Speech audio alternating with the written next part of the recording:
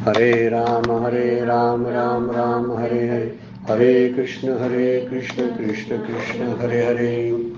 ब्रह्मानन्दं परमसुखदं केवलं ज्ञानमूर्तिं द्वन्द्वातीतं गगनसदृशं तत्प्रमस्वादिलक्ष्यम् एकं नित्यं विमलमचलं सर्वधी साक्षिभूतं भावातीतं त्रिगुणरहितं सद्गुरुं तं नमः। नमामि सद्गुरु शान्तं सच्चिदानन्दविग्रहं पूर्णब्रह्मपरानन्दईशम् आनन्दीवल्लभं सद्गुरु सच्चिदानन्दं केवलं करुणाकरं ज्ञानयोगेश्वरं वन्दे ज्ञानदेवात्मा। अलङ्कापुरी पुण्यभूमि पवित्र तिथे नांदतो ज्ञानराजा सुपात्र तया चविता महापुण्यराशी नमस्कार माझा सद्गुरु ज्ञानेश्वराशी। सर्व संतांना वंदन, सद्गुरूंना वंदन, ज्ञानेश्वर माऊलींना वंदन. आपणा सर्व श्रोत्यांना वंदन करून शिवगड अध्यात्म चॅरिटेबल ट्रस्टच्या नित्याच्या ज्ञानेश्वरीच्या उपासनेला आपण सुरुवात करतोय. कालच्या चिंतनामध्ये आपण 187 नंबरच्या ओवीचा विचार केलेला होता. ज्ञानेश्वर माऊलींची प्रतिभाशक्ती जी आहे ती प्रतिभाशक्ती आपल्याला प्रत्येक ओवीमधून, प्रत्येक शब्दामधून, प्रत्येक ओवीच्या तुकड्यामधून आपल्याला अनुभवायला येते. हे अनुभवताना आपल्या मनाचे डोळे उघडे असायला पाहिजेत, मनाचे कान करून ऐकावं, बुद्धीचे कान करून ऐकावं, बुद्धीचे डोळे करून पाहावं. माऊलींच्या ओव्या आहेत त्या दृष्टीनं. आणि असंच करून जर आपण ऐकायला लागलो, ज्ञानेश्वरी अभ्यासायला लागलो, तर आपल्याला मोक्षाची प्राप्ती करून देण्याची सामर्थ्य एका ज्ञानेश्वरी ग्रंथामध्ये आपल्याला बघायला मिळेल. त्यामुळं मोक्ष प्राप्त करण्याची सर्व सामुग्री ज्ञानेश्वर महाराज आपल्याला उपलब्ध करून देतात. इथं सुद्धा आता जे त्यांचे वर्णन केलेलं आहे, वाचे बर्वे कवित्व, पुढे 18व्या अध्यायामध्ये वर्णन केले माऊलींनी. वाचे बर्वे कवित्व, कवित्वे बर्वे रसिकत्व, रसिकत्वे परतत्व स्पर्शू जैसा.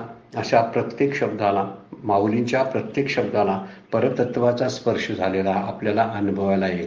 म्हणून नुसतं बोलण्यापेक्षा काव्यमय बोलणं वेगळं बरं. वाचे बर्वे कवित्व, कवित्वे बर्वे रसिकत्व. पण तेच कवित्व जर असेल आणि ते जर श्रोत्यांना आवडत असेल, त्याला रसिकत्व जे प्राप्त होतं, ही रसिकता जर प्रत्येक काव्यामध्ये असेल त्याला काव्य म्हणावं.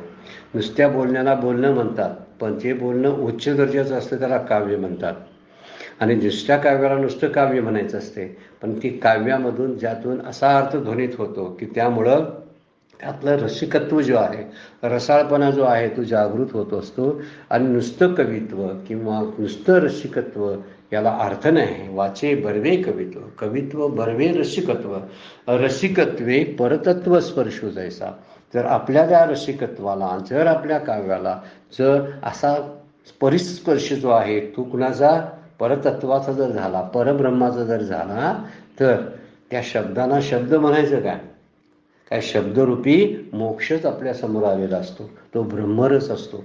ही ब्रह्मरसाची फळं जी आहेत अलगद ज्ञानेश्वरीमध्ये अर्जुनाचं निमित्त करून भगवंत सांगायला लागलेले आहेत.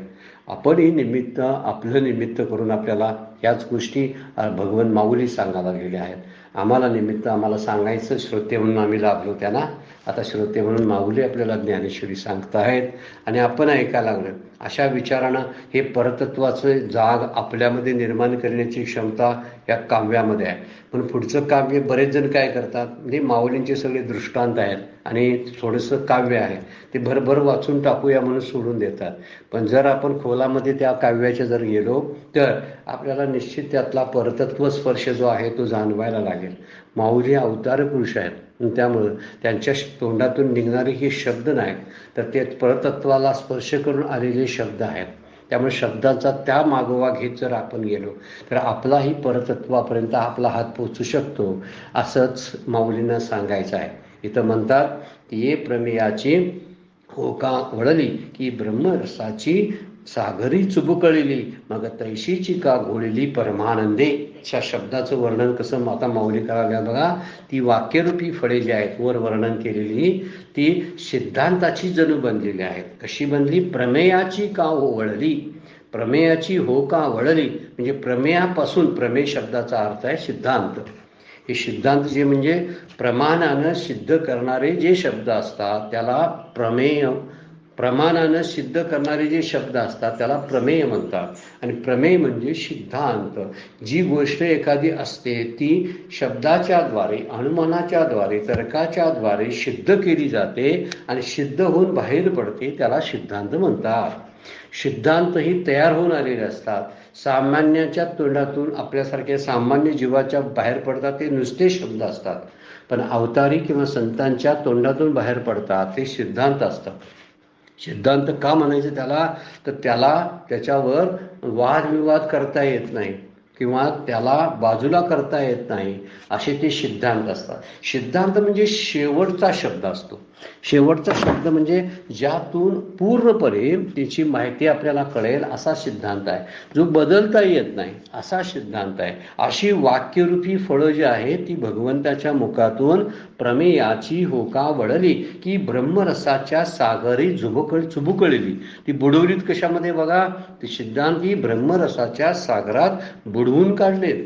जसं एखादी जिलेबी आपण तयार करतो, पण ती जिलेबी किंवा एखादी बुंदी असते, ती बुंदी जो पाकात घातल्यानंतरच तिला पूर्णत्व प्राप्त होत असतं. तसा ब्रह्मरस नावाचा पाक आहे आणि त्या पाकामध्ये ही प्रमेयाची आणि सिद्धांताची वाक्य जे आहेत आणि शब्द बुडवून काढलेले आहेत. माऊली काय बोलतात, विचार करण्यासारखे शब्द आहेत बरं काय.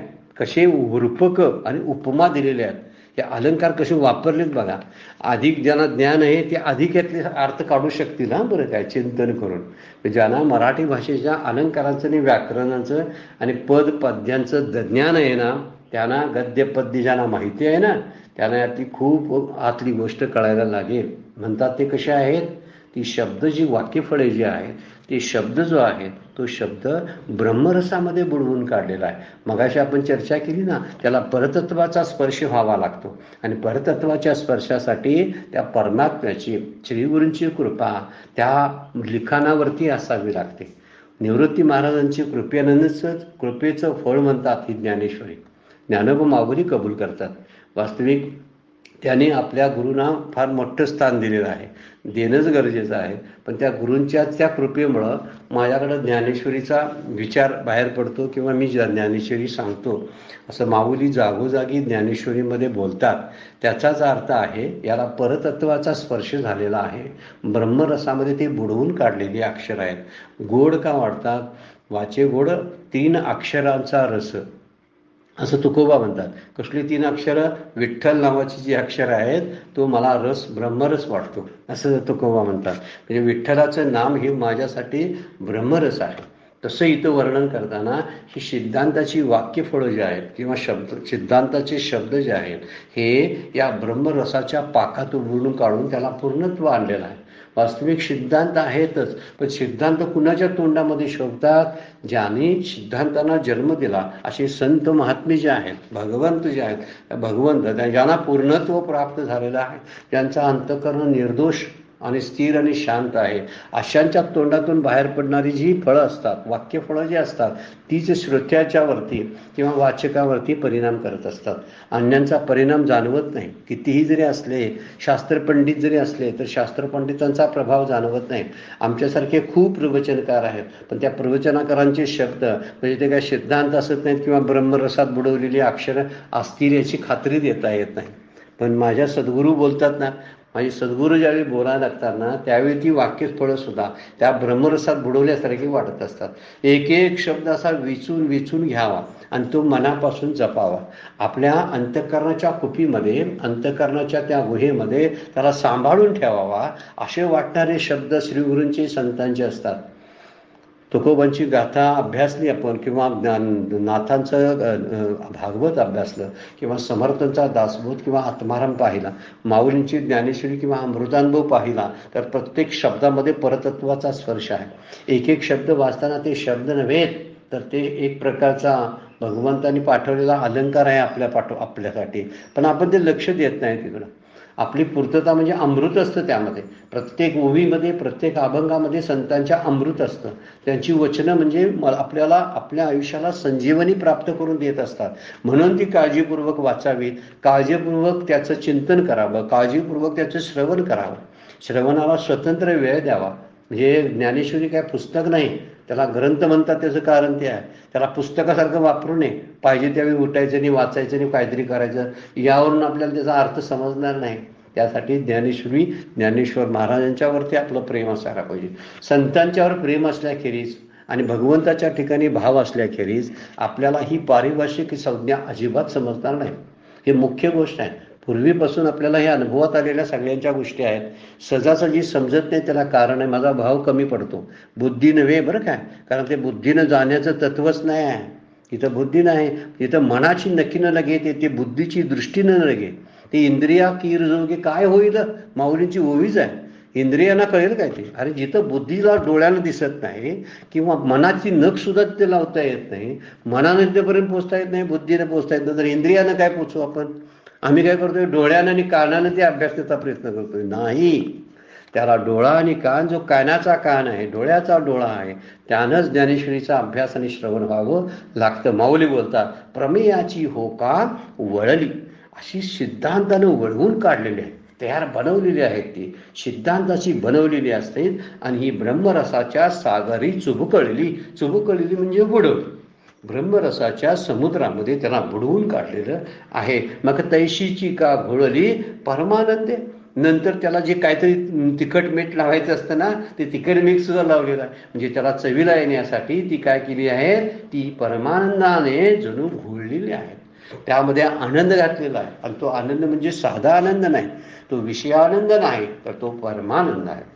विषयानंदात घोळलेली अशी लागत नाही, तर परमानंदच त्यामध्ये असायला पाहिजे. आणि ती परमानंद घातलेली अक्षरं जी आहेत, ती अक्षरं आणि घोळलेली समुद्रात ब्रह्मसागराच्या, ब्रह्मरसाच्या सागरामध्ये त्यांना बुडवून काढलेले आहेत, अशी ती अक्षर आहे. आणि त्यासाठीच माऊलीने तसं वर्णन केलेलं आहे की ती वाक्यरूपी फळी जणू काय या तत्वज्ञानाच्या सिद्धांताने बनलेले आहेत. म्हणजे ज्ञानाचे सिद्धांत आहे ते सिद्धांताने बनलेले ते शब्द आहेत. ती शब्द जे आहेत ते ब्रह्मरसामध्ये बुडवून काढलेले आहेत. कसे असतील बघा, ते परमानंदाने घोळलेले आहेत. म्हणजे घोळणं, वळणं, बनवणं, बुडवणं, 3 शब्द वापरलेले आहेत माऊलीने. अगदी वळवणं म्हणजे असं वळून वळून वळून तयार करणं, बनवणं आहे. आणि घोळणं म्हणजे, त्याला घोळणं म्हणजे परत त्याला काहीतरी काही पदार्थ लावलेले असतात, चवीसाठी म्हणून पदार्थ लावलेले असतात. आणि बुडवून काढले कशातून? ब्रह्मरसातून. किती गोड असतील फळं बघा. ती जी फळं आहेत ती सिद्धांताची फळं, प्रमेयाची फळं किती गोड असतील याचं वर्णन केलेलं आहे. म्हणून ब्रह्मरसाच्या सागरात बुडलेली आणि परमानंदात घोळलेले असे हे शब्द वेदांचे सिद्धांत जे आहेत, ते वेदांचे सिद्धांत माऊली म्हणतात. इथं भगवंत अर्जुनाला सांगत आहेत. वास्तविक हे भगवंताच्या मुखातून, संतांच्या मुखातून आलेले शब्द जे अपौरुषेय आहेत असं मानलं जातं. अपौरुषेय शब्दाचा अर्थ काय? पुरुषी, एखाद्या व्यक्तीच्या ज्ञानाचा किंवा बुद्धीचा दोष त्याला लागलेला नसतो. ही एकाच्या सामान्य माणसाच्या बुद्धीतून, प्रेरणेतून निर्माण झालेले शब्द नसतात. म्हणून त्याला अपौरुषेय म्हटलेलं आहे. वेद अपौरुषेय आहेत, म्हणजे कुठल्या पुरुषानं लिहिलेले नाहीत, तर वेद हे साक्षात भगवंताच्या मुखातून आलेले आहेत. ज्ञानेश्वरी साक्षात भगवंताच्या मुखातून आलेले आहे. भगवद्गीता साक्षात भगवंताच्या मुखातून आलेली आहे आणि म्हणून ती अपौरुषेय आहे. ज्ञानेश्वरी सुद्धा अपौरुषेय आहे. त्याचं कारण काय आहे सांगा बघू? तर त्याला परतत्वाचा स्पर्श आहे, ब्रह्मरसाचा स्पर्श झालेला आहे, म्हणून ती तशी आहे. संतांच्या बोलण्यामध्ये भ्रम किंवा प्रमादी दोष नसतात, म्हणून ते अपौरुषेय आहे. एखादा पुरुष आहे, व्यक्ती आहे, त्या व्यक्तीच्या बुद्धीमध्ये दोष असण्याची शक्यता असते. आणि या दोषानं युक्त झालेली बुद्धी जेव्हा लिखाण करते किंवा काहीतरी कीर्तन, प्रवचन किंवा शास्त्र सांगत असते, त्यावेळी त्या बुद्धीतले दोष त्यामध्ये मिसळतात. त्यामध्ये अपौरुषेय होत नाही, पौरुषेय होतं. इथं तेच वर्णन केलेलं आहे. म्हणून त्याला आप्तवाक्य म्हणतात. संतांच्या वाक्याला काय म्हणतात? आप्तवाक्य, प्रमाण वाक्य म्हणतात. त्याच्यापेक्षा दुसरं प्रमाणच नाही. शेवटचं प्रमाण, त्याला आप्तवाक्य म्हणतात. हे शेवटची प्रमाणं कशी आहेत, तर ही प्रमेय आणि सिद्धांताच्या रूपानं ब्रह्मरसामध्ये बुडवून काढलेली आहे. परमानंदाचा त्याला स्पर्श झालेला आहे, परमानंदात ती घोळलेली आहे. अशा अक्षरांचा विचार माऊली म्हणतात हा अर्जुनासाठी ते वापरायला लागलेले आहेत. आणि असे शब्द पकडताना जरासा गोंधळ अर्जुनाचा होतो असं माऊली इथे सांगतात. ते तेवढ्या पद्धतीने त्यांना पटपट ते अर्जुनाला समजत नाही. तेने बर्वेपण निर्मळे अर्जुना उन्मेषाचे डोळे घेता ती गळाळे विस्मयामृताचे. काय वर्णन करतात बघा, तेने बर्वेपण निर्मळे. बर्वेपण शब्द वापरलेला त्या फळाच्या अतिशुद्ध निर्मळपणामुळे अर्जुनाच्या अंतःकरणामध्ये आत्मज्ञान प्राप्तीची तीव्र इच्छा निर्माण झालेली आहे. तेने बर्वेपण निर्मळे अर्जुना उन्मेषाचे डोळे. डोळे कसले लागलेत, उन्मेष म्हणजे कैवल्याचे. कैवल्याचे म्हणजे काय, मुक्तीचे डोळे. आत्मज्ञानाच्या प्राप्तीची तीव्र इच्छा निर्माण झाली. डोहाळे शब्दाचा अर्थ आहे तीव्र इच्छा. ही तीव्र इच्छा अर्जुनाच्या मनामध्ये कुठली झाली. आमच्या मनामध्ये तीव्र इच्छा कसली असते, प्रापंचिक असते, विषयांची असते. मला हा विषय प्राप्त व्हावा, प्रपंचातली ही साधनं मला मिळावी, अशी जी इच्छा मग आमची तीव्र असते. पण अर्जुनाची तीव्र इच्छा काय आहे, आत्मज्ञान प्राप्तीची इच्छा आहे, मोक्षाच्या प्राप्तीची इच्छा आहे. म्हणून शब्द वापरलाय उन्मेषाचे डोळे. आणि उन्मेष शब्द आहे की त्याचा अर्थ वर्णन केलेलं आहे. इथं खंदारकर महाराजांनी वर्णन करताना ते म्हणतात ब्रह्म, अध्यात्म, कर्म, आदिभूत, आदिदैव, आदियज्ञ हा जो सगळा समूह आहे ज्यामध्ये आहे ते बर्वेपण निर्मळे. अशा त्या वाक्यांच्या शुद्ध चांगलेपणाने अर्जुनाला झालेले जिज्ञासाचे डोळे आश्चर्यामृताचे घुटके घेत होता. कसले आश्चर्य, पण कसलं, अमृताचे घुटके. म्हणजे त्याला आश्चर्यावर आश्चर्य वाटावं. पुढं जे तत्वज्ञानाच्या आतमध्ये गुहेमध्ये शिरताना ही आश्चर्य आपल्याला बघायला मिळतात. जे चमत्कार दिसतात ना ते तिथं चमत्कार दिसायला लागतात. म्हणून जिज्ञासाचे डोळे शब्द वापरलेला आहे. उन्मेषाचे डोळे म्हणजे काय, आत्मज्ञानाच्या इच्छेची प्राप्ती व्हावी अशी त्याला एक आतपासून तळमळ निर्माण झालेली आहे. आणि तो विस्मयरूपी अमृताचे, विस्मय म्हणजे आश्चर्यकारक अशा अमृताचे घुटके गिळू लागला. म्हणजे अमृताचं प्राशन करून घ्यायला लागला. म्हणजे हे शब्द हे अमृतासारखे आहेत. ज्ञानेश्वरीतले शब्द अमृतासारखे आहेत. जे शांतपणे याचं प्राशन करतील त्यांना संजीवनी प्राप्त होईल. संजीवन म्हणजे ते अमर होतील. अमर होतील या शब्दाचा अर्थ काय आहे, माझा मृत्यू होत नाही, शरीराचा होतो असं त्यांना वाटायला लागेल. ह्याला अमर होणे म्हणतात. अमर होणे म्हणजे काय, शरीरानं मरणे नव्हे बरं काय. शरीरानं माणसं मरतात पण तुकोबा अमर आहे, ज्ञानोबा अमर आहे, नामदेव महाराज, कबीर महाराज अमर झाले. त्याचं कारण आहे त्यांनी ते अमृत, ब्रह्मरसाचं जे अमृत आहे त्याचे थेंब चाकलेत म्हणून त्यांना ब्रह्मज्ञान झालं होतं, आत्मज्ञान झालं होतं. म्हणूनच आपल्यासुद्धा आत्मज्ञान होण्यासाठी काही जे बौद्धिक दोष आहेत आपल्यातले ते काढावे लागतात. म्हणून मला आत्मज्ञान झाले असं मिरवण्यामध्ये आत्मज्ञान होत नाही. किंवा मला आत्मज्ञान झालंय असे सांगणारे अनुयायी तयार करून त्यांच्याकरवे लोकांना सांगायचं आमच्या गुरूंना आत्मज्ञान झालेलं आहे असं करण्यानेही सुद्धा आत्मज्ञान होत नाही. हजारो लोक दर्शनाला येतात, हार तुरे घालतात, काहीतरी देत असतात आणि ह्या देण्यामुळं त्या माणसाला आत्मज्ञान झालंय असं म्हणता येत नाही. आत्मज्ञानाची खूण वेगळी आहे, ती म्हणजे अंतर्बाह्य दोष निघून जायला पाहिजेत. दोष गेलेल्यांच्या खुणा लक्षात येतात आणि ह्या खुणा अशा असतात की त्यांच्या चेहऱ्यावरची एक प्रकारची अगदी प्रशांत अशी शांती अनुभवायला आपल्याला मिळत असते. माऊली म्हणतात की ते बर्वेपण निर्मळे, असे निर्मळ आणि अतिशय शुद्ध असं तत्वज्ञान जे आहे ते तत्वज्ञान मला ऐकायची इच्छा अर्जुनाच्या मनामध्ये निर्माण झाली. अर्जुना उन्मेषाचे डोळे. इतकं सुंदर जर सांगायला तर याच्या पुढं काय आहे. आता मला सांगा की ते ब्रह्म काय, आदिदैव काय, अध्यात्म काय, आदियज्ञ काय, हे सगळं मला आदिभूत जाणून घ्यायचं आहे. आणि हे जाणून घेण्याची तीव्र जिज्ञासा अर्जुनाच्या मनामध्ये उत्पन्न झालेली आहे. त्याचं कारण आहे तसं आहेच ते अमृत घेता ती गळाळे. गळाळे म्हणजे घोट, गळाळे म्हणजे गिळणे. तो गळाळे शब्द त्यासाठी वापरलेला. गळाळे म्हणजे एक एक असा घोट विस्मय अमृताचे, गडबड गडबड करून घेत नाही, हळूवार आश्चर्याचे अमृताचे घोट तो घेत आहे. म्हणजे आश्चर्य वाटत आहे, काय काय आहे ज्ञानामध्ये, तत्वज्ञान किती खोल आहे, मला काही ठाऊकच नव्हतं असं अर्जुनाला वाटते. म्हणून त्याला म्हटलेलं आहे विस्मया अमृताचे. विस्मय म्हणजे आश्चर्य, अमृताचे घोट गळाळे घेताती तेने बर्वेपण निर्मळे, अर्जुना उन्मेषाचे डोहळे घेताती गळाळे विस्मय अमृताचे. म्हणजे हा एक एक शब्द जो आहे ज्ञानेश्वरीतला हा एक प्रकारचा अमृताचे थेंब आहेत, म्हणून अमृताचं प्राशन करण्यासारखं आहे.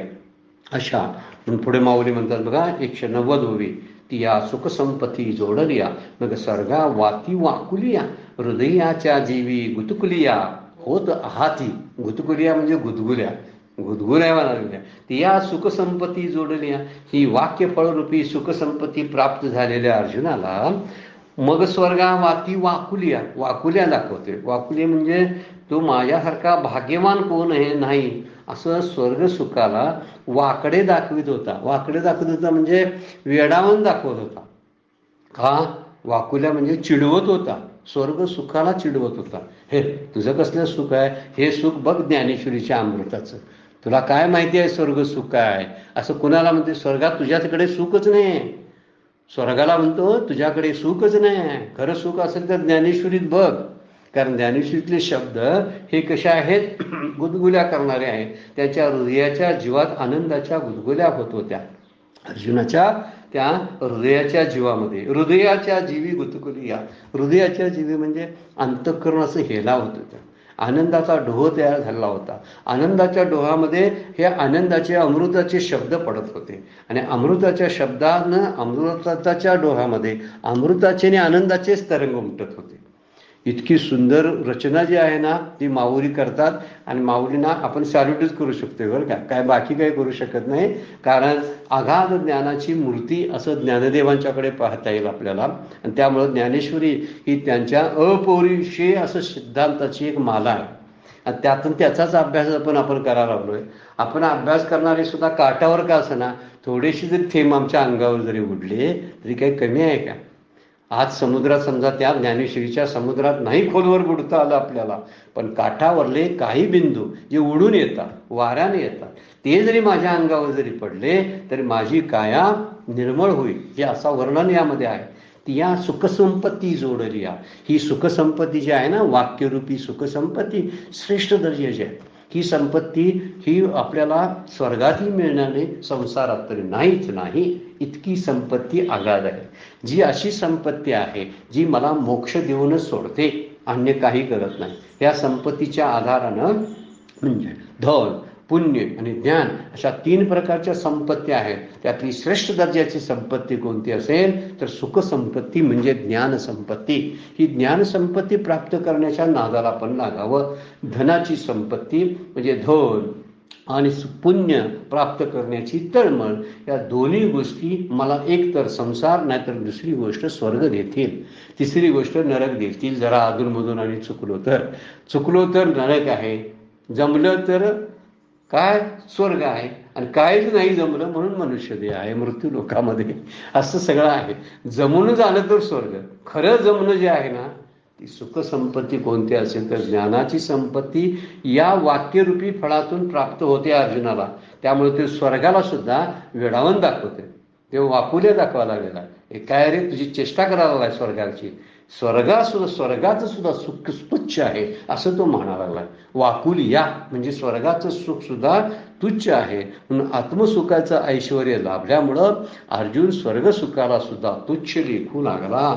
कारण त्याच्या अंतःकरणामध्ये या आनंदाचे तरंग उठायला लागलेत, आनंदाच्या गुदगुल्या व्हायला लागलेल्या आहेत. हृदयाच्या जीवी असा शब्द वापरलेला आहे. हृदयाच्या जीवी गुतकुलिया होत आहाती व्हायला लागलेल्या आहेत.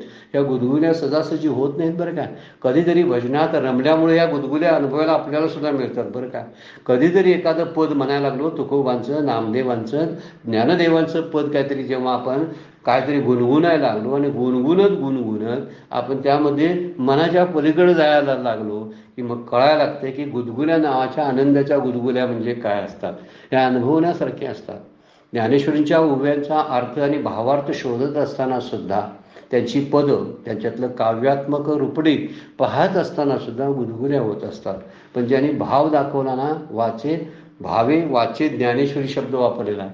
नाथांचा अभंगच आहे आणि तो कसा आहे, भावानं ज्ञानेश्वरी जर आपण वाचायला लागलो तर आपल्याला सुद्धा ही शब्दफळे गुदगुल्या केल्याशिवाय राहणार नाहीत आपल्या अंतःकरणामध्ये. म्हणून माऊली वापरतात, विषयतिया सुखसंपत्ती जोडलिया मग स्वर्गा वाती वाकुलिया. स्वर्गा वाती वाकुलिया म्हणजे स्वर्गाला तो काय करतो, वाकुल्या चेष्टा करायला, त्याची काय करतो, तुच्छ लेखलं. हृदयाच्या जीवी गुदकुलिया होत राहती. असला परमानंद प्राप्त झाल्या विषयानंदाला कोण वेडावून दाखवणार नाही सांगा, दाखवणार ना. सगळ्या विषय सुखाला तुच्छच लेखणार आहे. आत्मलाभासारखे गोमटे आणि काहीच नाही. याचे सुख तुम्ही देखिले यावरी मग दारोदारीनं न हिंडाला तुकोबा म्हणतात. एकदा त्या आत्मसुखाचा लाभ झाला तर परत कुठल्या सुखाची इच्छाच राहत नाही ना. मग स्वर्ग सुख तुच्छ लेखना तर राहील काय तो. या अर्जुनाला भगवंताच्या मुखातून बाहेर पडणारे शब्द, ज्ञानोबाच्या मुखातून बाहेर पडणारे शब्द हे त्याला आनंदाचे तरंग निर्माण करायला लागलेत.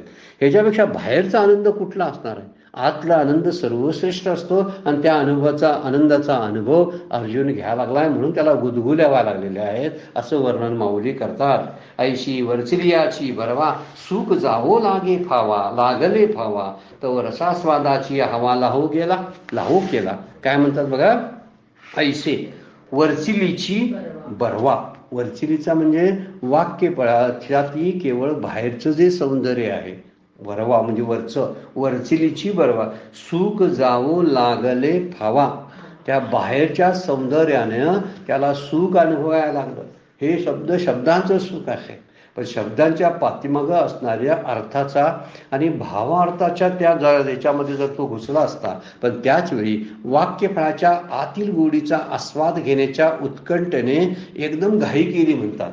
इतकी उत्कंठा लागलेली होती की तो रसास्वाद नावाचा आस्वाद घेताना सुद्धा काही वेळा गडबड घोटाळा होण्याची शक्यता असते. एकदम खावं, एकदम घोट घ्यावा असं वाटत असतं, पण एकदम घोट घेण्यासारखं नाही, हळूवार खाण्यासारखी गोष्ट आहे. म्हणून बरेच वेळा मन एकाग्र होत असताना सुद्धा काही दोष निर्माण होतात बघा. म्हणजे लय, झोप सुद्धा, आळस येण्याची शक्यता असते, विक्षेप, मनामध्ये काहीतरी बहिर्मुखता येण्याची शक्यता असते. कधी कधी कषाय नावाचा दोष आहे. कषाय म्हणजे प्रिय आणि अप्रिय वस्तूचं चिंतन चालू असतं. काय करत असताना, ध्यान करत असताना, नाम घेत असताना, असं श्रवण करत असताना, मनन, श्रवण, ध्यान, नामस्मरण करताना हे कषाय नावाचा दोष. आणि शेवटचा रसास्वाद सुद्धा आहे. रसास्वाद म्हणजे इतकं बरं वाटायला लागतं, ह्याच्या पलीकडे काय नाही. खरंच त्याच्या पलीकडे असतं सगळं, पण रसास्वादामध्ये एखादा साधक अडकण्याची शक्यता असते, म्हणून त्याच्या पलीकडे जाता आलं पाहिजे. अर्जुनाला इतकी घाई झालेली आहे की ती रस वाक्यफळांच्या आतील गोडीचा आस्वाद घेण्याची, कारण त्याला बाहेरचं सौंदर्य अनुभवाला इतकं चांगलं यायला लागलं. मगाशी आपण वर्णन केलेलं आहे, बाहेर काठावर उभं राहून समुद्रात खोलीमध्ये डुबणारे लोकांचा आनंद बघताना मी कधी डुबेन असं मला वाटत असते. संत या सगळ्या ब्रह्मरसाच्या सागरामध्ये डुबक्या घेत आहेत. मी मात्र काठावरला एक फक्त आहे, फक्त बघणारा एक कोण आहे, बघ्या, फक्त बघत आहे, बघतो फक्त, पण त्याचा अनुभव येत असेल ना कसा आहे. म्हणजे वरवरची जे वाक्यफळाच्या बाहेरच्या सौंदर्याने त्याला सुख अनुभवायला लागतं, पण त्याच वेळी ती वाक्यफळं जी आहेत ती आतील गोडीचा आस्वाद घेण्याची याला घाई झालेली आहे. तो तव रसस्वादाची हवा लाहो केला, म्हणजे अत्व पुढचं सांगावं, भगवंतानी पुढचं तत्वज्ञान सांगावं, इतकी त्याला घाई झालेली आहे. आता एवढे शब्द वरवरचे आहेत, तर वरवरचा शब्दाचा अभ्यास करताना इतका आनंद होतो, तर पुढे काय असेल हे जाणून घेण्याची त्याला घाई निर्माण झालेली आहे. म्हणून माऊली म्हणतात काय, त्या फळाच्या बाह्य सौंदर्यानं इतकं सुख वाटलं, मग त्या रसाचा आस्वाद घेण्याची तीव्र इच्छा निर्माण झाली. बाहेर एवढं रसरसीत फळ दिसतं, मग ते फळ खायची इच्छा कुणाला होणार नाही.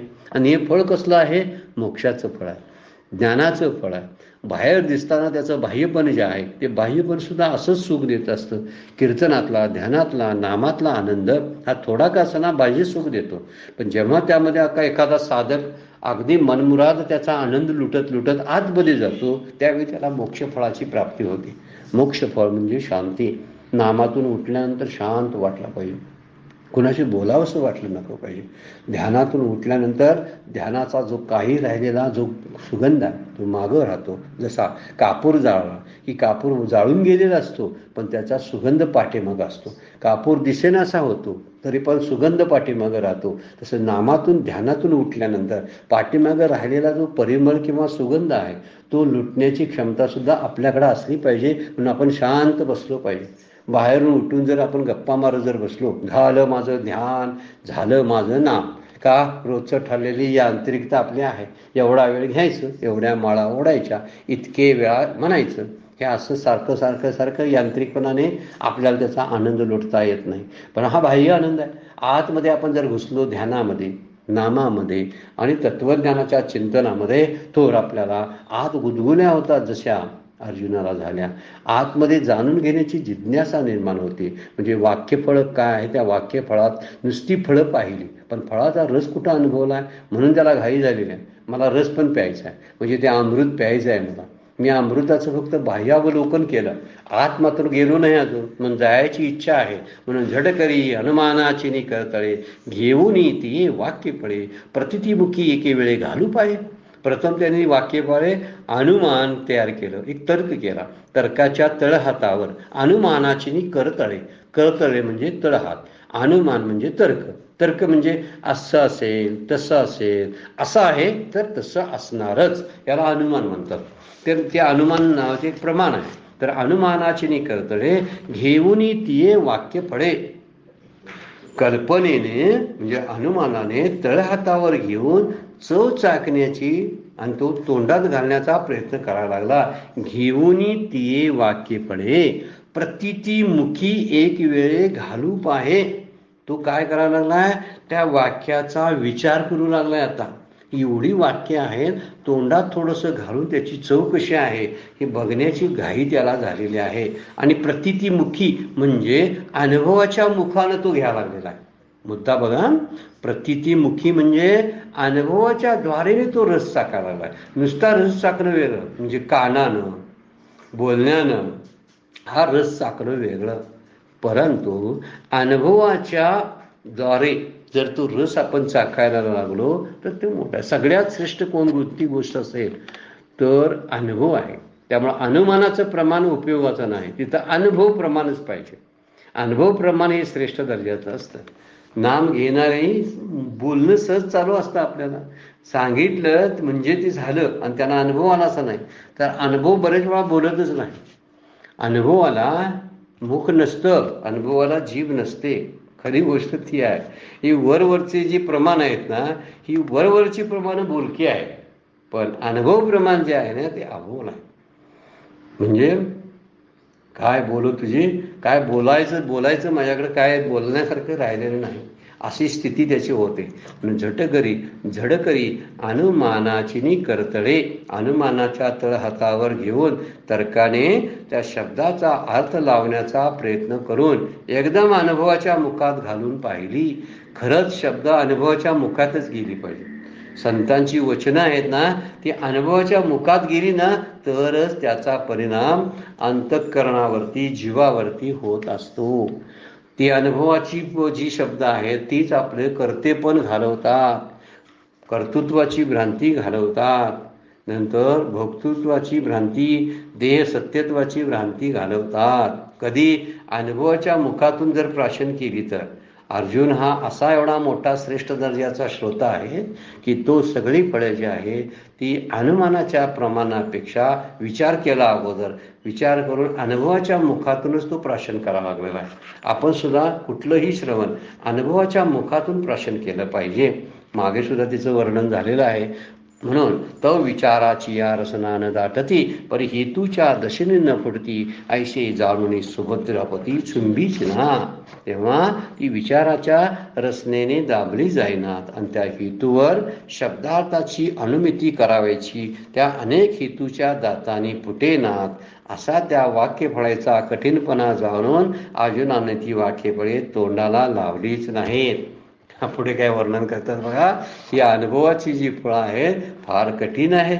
अनुभव घेणं सगळ्यात कठीण आहे.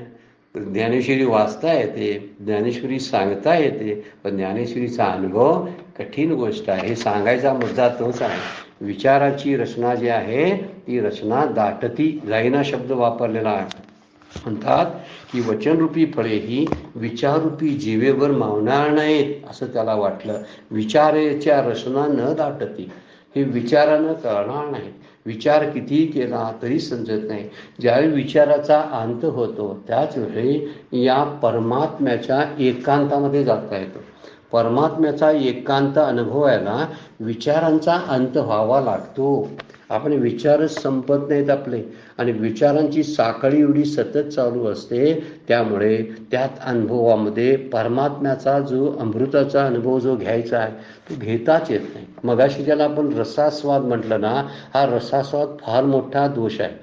जिथं मला आता सुखापलीकडं आता काय दुसरं सुख नको अशा भावनेनं ध्यान करणारा, एखादा नाम घेणारा तिथंच अडकून राहण्याची शक्यता असते. तिथं म्हणतात ते की वचनरूपी जी फळं आहेत ती विचाराची या रसना दाटती, विचाररूपी जिभेवर मावणार नाहीत. विचाररूपी इंद्रियांना त्या रसाची गोडी कळलेली नाही, कळणारी नाही. मनाला, बुद्धीला ती गोडी अनुभवता येणार नाही. इंद्रियांचं आणि शरीराचं तरी सोडूनच द्या.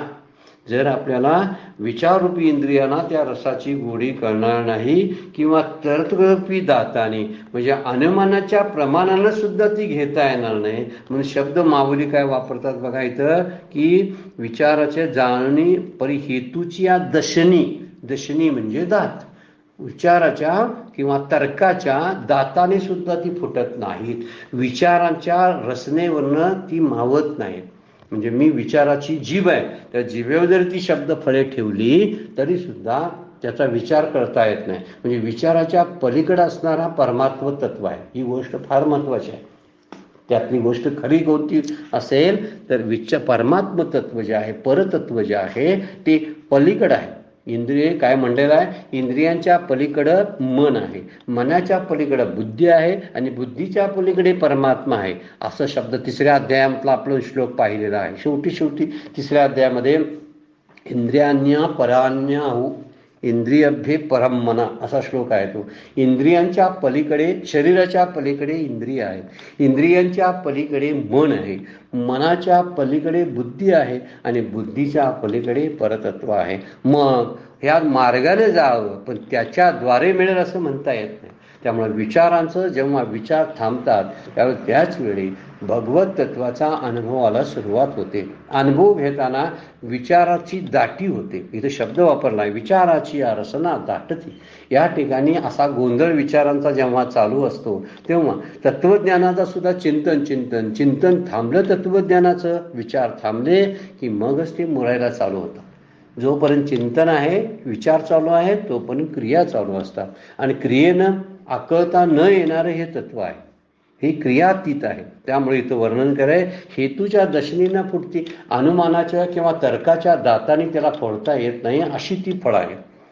विचाराच्या रचनेमध्ये ती फळं मावत नाही. मी त्या जिभेवर घेण्याचा प्रयत्न केला. कुठल्या जिभेवर घेतलं म्हणतोय अर्जुन, मी विचाराच्या जिभेवर घेतलं आणि तर्काच्या दाताने फोडलं. विचारांच्या जिभेवर घेतलं, तर्काच्या दाताने फुटलं. हे काय जमतच नाही, इतका कठीणपणा त्याचा आहे. आणि ही वाक्यफळे तोंडाला लावली नाहीतच. आयशे जाणुनी सुभद्रापती चुंबेचिना म्हणजे त्याला स्पर्शच त्यानं केला नाही. चुंबने शब्दाचा अर्थ आहे स्पर्श करणे. त्या वचनरूपी जी फळं आहे त्या तर्करूपी दाताने फुटली नाहीत, म्हणून त्यानं ती सोडून दिली. कारण ते बुद्धीने कळू शकत नाही. जिथं मनाची नखी न लागे, आपण नेहमी ओवी बघतो 12व्या अध्यायातली, मनाची नखी न लागे बुद्धीची दृष्टी न रेगे ती इंद्रिया की काय होईल. माऊली बोलतात ते इंद्रियांना कळेल का, नाही कळणार. म्हणजे विचाररूपी जिभेला ते समजेल का, किंवा तर्करूपी दाताने ते फुटेल का, अनुमान करायचं असं असेल तसं असेल, हे तर्काचे दात म्हणायचे. त्यानं ती वाक्यफळे एवढी कठीण फळं फुटत नाहीत. आणि त्यासाठी वेगळं काहीतरी साधन वापरायला पाहिजे. या अर्जुनाच्या लक्षात आलं. मला वाटत होतं ज्ञानेश्वरी समजेल, मला वाटत होतं संतांची वचनं मला सहज समजतील, कारण मी तत्वज्ञानाचा विद्यार्थी आहे. तत्वज्ञानामध्ये मी MA केलेलं आहे. मी मास्टरी माझी आहे. मी MPhil PhD प्राप्त केलेली आहे. पण PhD प्राप्त केलेल्या MPhil केलेल्या सगळ्यांनाच या तत्वज्ञानाची खोली कधीच समजलेली नाही. काहींनी ग्रंथसुद्धा लिहिले, काहींचे प्रबंध प्रसिद्ध आहेत, पण त्या प्रबंधाला परतत्वाचा स्पर्श नसेल तर ती प्रबंध वाचते कोण सांगा बघू. ते फक्त मार्क मिळवण्याची आणि सर्टिफिकेट मिळवण्याची फक्त व्यवस्था असते, अन्य काही नसतं. अनुभवाच्या पातळीवर आपण जेव्हा जातो ना, त्यावेळी विचार बाजूला सारावे लागतात आणि ते खायला लागतात. आपण खाताना बघा, चावून झाल्यानंतर आत अनुभव घेत असतो.